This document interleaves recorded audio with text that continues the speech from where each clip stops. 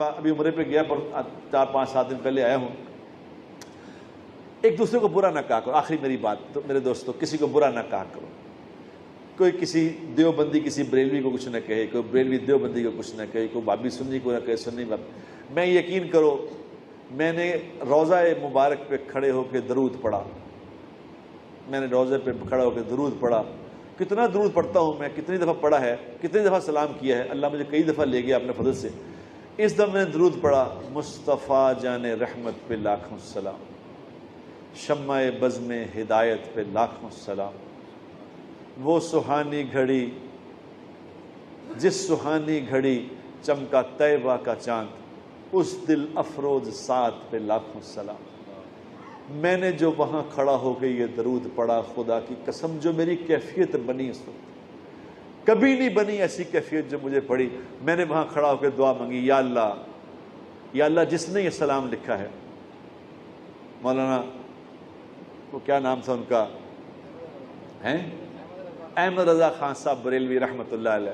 میں نے کہا یا اللہ ان کو جزائے خیر عطا فرما، اے اللہ ان کو دے. ان کے لیے اتنی دعا کی میں نے وہاں کھڑے ہو کے. میں نے کہا یا رسول اللہ آپ ان کی شفاعت فرمائیں، ان کو دعا.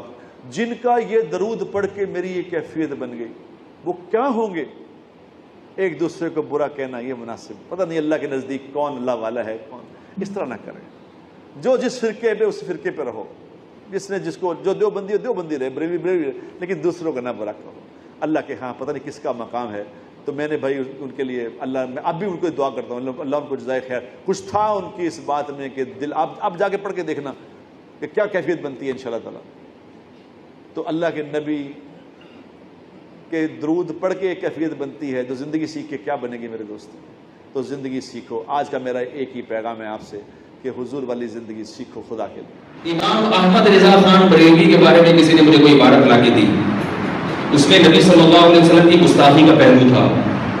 میں نے کہا امام احمد رضا سے ہمارے ہزاروں اختلافات ہو سکتے ہیں، مگر میں یہ مانتا ہوں کہ امام احمد رضا محمد صلی اللہ علیہ وسلم کی گستاخی نہیں کرتے تھے.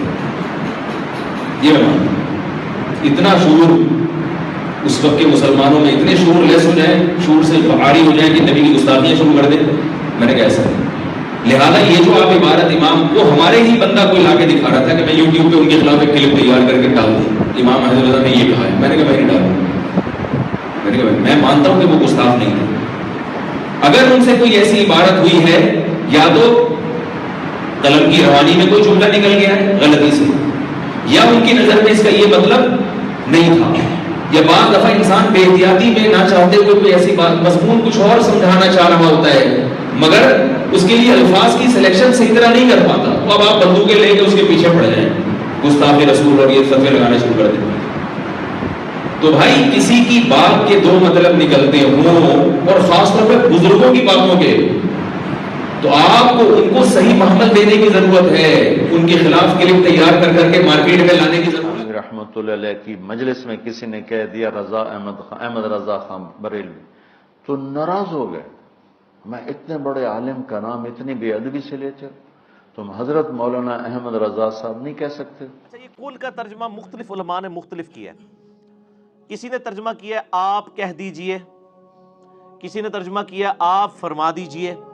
سب سے بیسٹ ترجمہ کیا ہے امام احمد رضا بریلوی صاحب نے، المتوفا 1340 ہجری، آج چل رہی ہے 1440 ہجری. یہ پچھلے دنوں ان کا 100 سالہ وہ برسی بھی منائی گئی ہے، جشن اعلیٰ حضرت.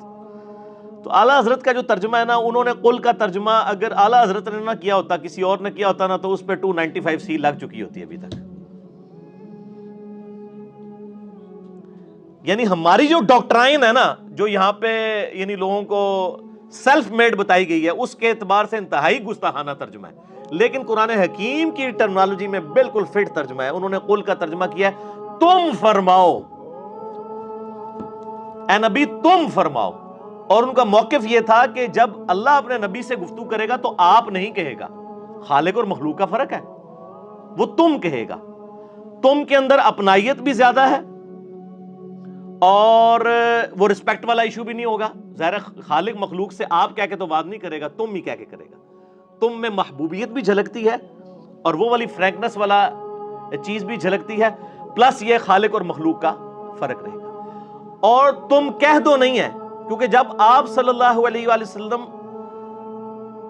اللہ کے پیغام کو آگے پہنچائیں گے تو وہ فرما رہے ہوں گے، چاہے وہ غیر مسلموں سے کہہ رہے ہوں چاہے مسلمانوں سے، وہ کہہ نہیں رہے ہوں گے کیونکہ باقی مخلوق تو ساری ان سے نیچے ہے نا.